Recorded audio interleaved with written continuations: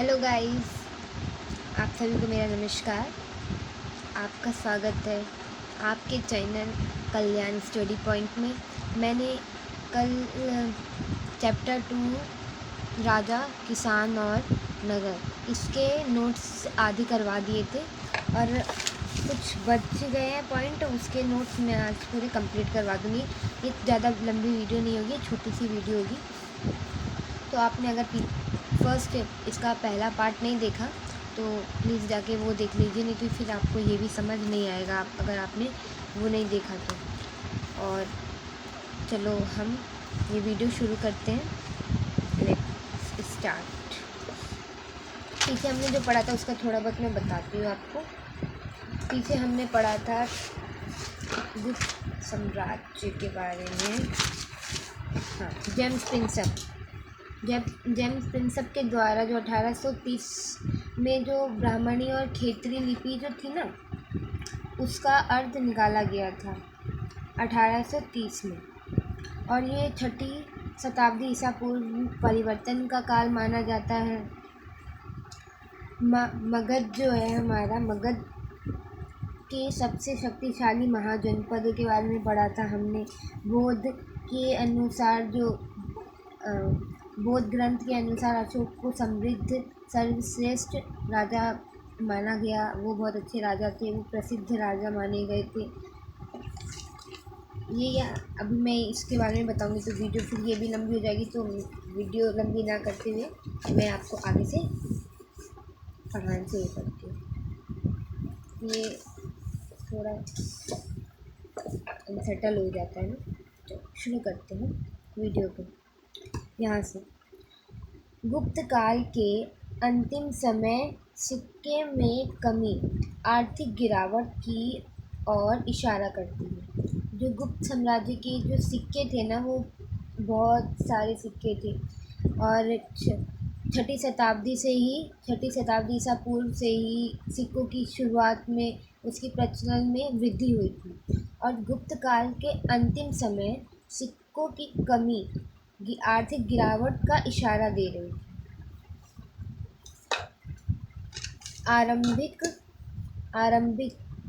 अभिलेख साक्ष्य इस काल के इतिहास को जानने के प्रमुख स्रोत हैं।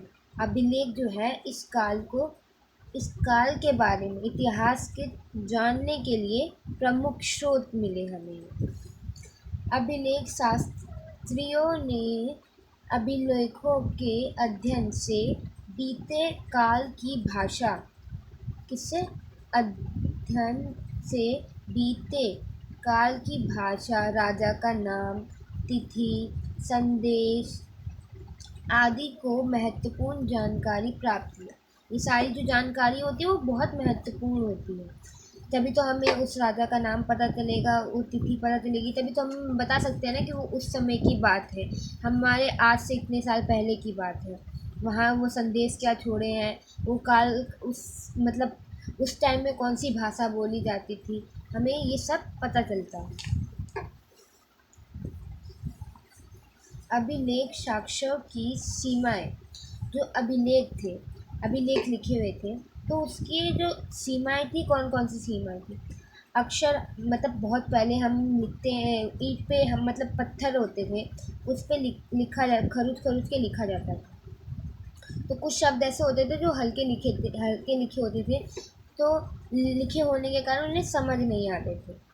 अभिलेख टूट जाते थे, ईंट के थे वो टूट जाते होंगे, तो उसके कारण कुछ शब्द जो थे वो लुप्त हो जाते थे, खो जाते थे, जिससे हमें उसमें जो लिखा है उसका वास्तविक क्या लिखा है कि पूरी बात अच्छे से समझ नहीं आती थी। हो जाने पर वास्तविक अर्थ ना निकल पाना, भाषा समझना आना, भाषा भी समझ नहीं आती थी कई बार। दैनिक प्रक्रिया व रोजमर्रा की जिंदगी की सुख सुविधाओं का उल्लेख अभिलेखों में ना मिलना। वो बहुत सारी तो चीज़ें लिख देते थे, पर वो दैनिक प्रक्रियाओं व रोजमर्रा की जिंदगी की सुख सुविधाएं जो थी उनका उल्लेख नहीं किया गया होता है अभिलेखों में, इसलिए उनको उसके बारे में ज़्यादा जानकारी प्राप्त नहीं हो पाती है। मौर्यकालीन समस्त पुरातत्व एक अद्भुत कला के प्रमाण थे। मौर्यकालीन समस्त पुरातत्व के अद्भुत कला के प्रमाण थे। वह मौर्य साम्राज्य की पहचान माना जाता है। ये जो पुरातात्विक अद्भुत कलाएं जो थी ना, वो साम्राज्य की पहचान मानी जाती थी, मौर्य साम्राज्य की। कुषाण कुषाण शासक ने स्वयं को खुद को मतलब उन्होंने स्वयं मतलब खुद को देवतुल्य प्रस्तुत किया। उन्होंने ऐसा अपने प्रजा को दिखाना चाहा कि वो देवता के समान है। कुषाण कुषाण के राजा ने अपने नामों के आगे जो था ना, देवपुत्र लगा दिया, देवपुत्र की उपाधि लगा दी। मान लो उनका नाम मौर्य था, एक तरह से हम मान लेते तो वो लिख देते देवपुत्र मौर्य, ऐसा अपना नाम बना देते थे, जिससे उनकी प्रजा को ऐसा लगे कि वो देवता ने उन्हें भेजा है। पर वो अपने आप लगाते थे, वो अपने आप को देवता के पुत्र मानते थे, देवता के भेजे हुए दूत मानते थे खुद को। स्वयं वे चीन के शासक से प्रेरित थे। उन्होंने देखा होगा कि चीन के जो शासक थे, राजा थे, उन्होंने अपने आप को स्वर्ग पुत्र कहा, तो उन्होंने अपने आप को देवपुत्र कह दिया। देखो कितने चालाक होते थे। कुषाण शासकों ने राज धर्म को जानने की एक मिनट, क्या हो रहा है ये?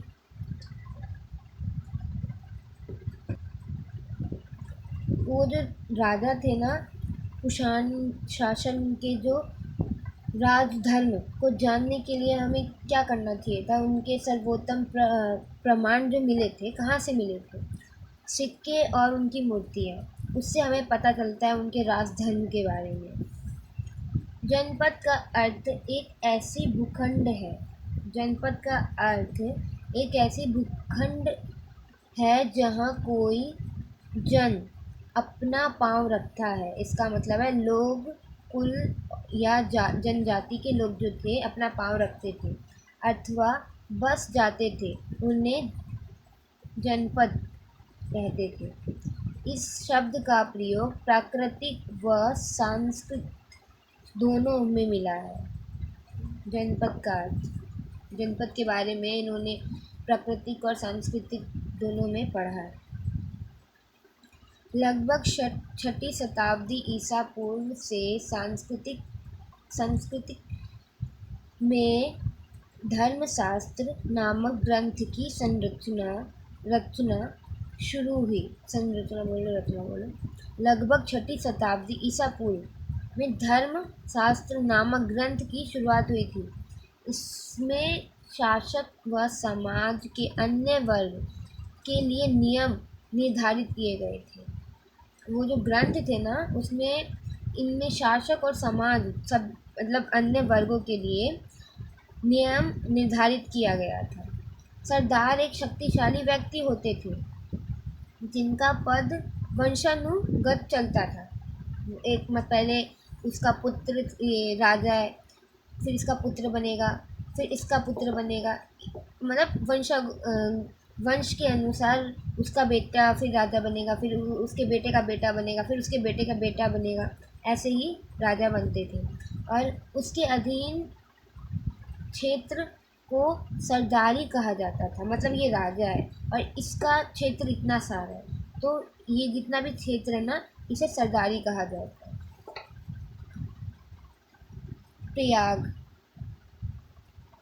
प्रयाग प्रशासक, क्या हो रहा है फोन में, आगे बढ़ते हैं। प्रयाग शासित जिसे इलाहाबाद स्तंभ अभिलेख के नाम से भी जाना जाता है, और इनकी जो संरचना संस्कृत भाषा में हरिशेन ने की। हरिशेन पता है कौन था? वो सम्राट समुद्रगुप्त के राजकवि थे। पहले के टाइम पे ना, जो मान लो राजवेद, आप लोगों ने सुना होगा कि राजवेद है, राजवेद को बुला लो, वो मतलब वो राजा के ही जो उनमें उनकी रानियां वगैरह उनके बच्चों उनको ही उनकी देखभाल करते थे, तो उन्हें राज कवि राजवेद ऐसा नाम दे दिया जाता था। तो हरीश सेन जो थे वो समुद्र गुप्त के राजकवि थे। सुदर्शन झील का निर्माण मौर्य काल में एक स्थानीय राजपाल के द्वारा किया गया। इसका ज्ञान हमें शक शासन रुद्र दमन के पाषाण अभिलेख से होता है। ये जो सुदर्शन झील जो है ना, इसका निर्माण मौर्य कालीन में जो एक स्थानीय राजपाल के द्वारा किया गया था।